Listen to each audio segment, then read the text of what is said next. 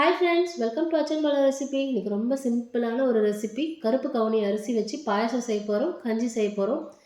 இது 2 ஸ்டைலில் செய்யலாம். ரொம்ப டேஸ்ட்டாக இருக்கும், ரொம்ப ஹெல்த்தியும் கூட.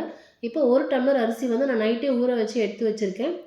8 மணி நேரமாவது ஊறணும், அப்போ தான் நல்லா சாஃப்டாக வரும். தண்ணி ஃபில்டர் பண்ணிவிட்டு இந்த அரிசியை வந்து பல்ஸ் மோடில் குறப்பாக அரைச்சி எடுத்துக்கலாம். இப்போ குக்கரில் மாற்றிட்டு, குக்கரில் செய்ய முடியும் இது, அப்போ தான் நல்லா சாஃப்டாக வெந்து வரும்.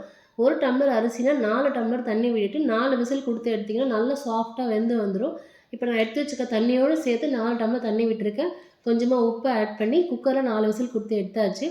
நான் வந்து பாயசம் செய்ய போகிறேன், அதே போல் கஞ்சியும் செய்ய போகிறேன். அதனால் வந்து 2ஆக பிரித்து எடுத்துக்கிறேன் இதை. இப்போ தனியாக வந்து பாயசத்துக்காக எடுத்து வச்சுக்கிறேன்.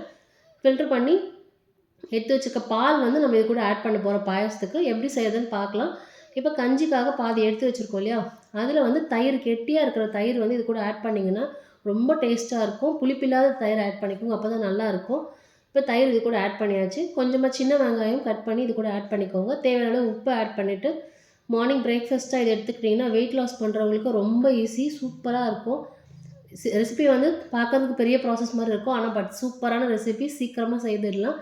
இது கூட துவையல் அந்த மாதிரி நீங்கள் எது வேணாலும் ஆட் பண்ணி சாப்பிட்டுக்கலாம், தனியாகவும் சாப்பிட்லாம், சூப்பராக இருக்கும். ட்ரை பண்ணி பாருங்கள் ஃப்ரெண்ட்ஸ். இப்போ வந்து நம்ம நெக்ஸ்ட்டு பாயாசம் செய்ய போகிறோம்.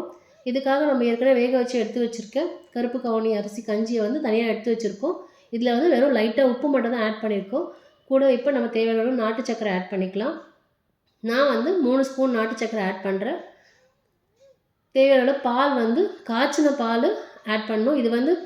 இது ஒன்றா சேர்த்து ஆட் பண்ணிங்கன்னா திரிஞ்ச மாதிரி ஆகிடும். ஃபஸ்ட்டு காய்ச்சி தனியாக ஆற வச்ச பால் வந்து இது கூட மிக்ஸ் பண்ணிக்கோங்க. தாளிப்புக்கு வந்து ஒரு பேனில் 2 ஸ்பூன் நெய் விட்டுட்டு கொஞ்சமாக முந்திரி பருப்பு, திராட்சை, கொஞ்சம் ஏலக்காய் பொடி ஆட் பண்ணி தாளித்து இது கூட மிக்ஸ் பண்ணிங்கன்னா சூப்பரான டேஸ்ட்டில் ஒரு பாயாசம் ரெடி. ரொம்ப ஹெல்த்தியாக இருக்கும். குழந்தைங்களுக்கு இந்த மாதிரி ஸ்டைலில் செய்து கொடுங்க, கண்டிப்பாக சாப்பிடுவாங்க. நீங்களும் ட்ரை பண்ணி பாருங்கள் ஃப்ரெண்ட்ஸ். ட்ரை பண்ணி பார்த்து எப்படி இருக்குன்னு சொல்லுங்கள்.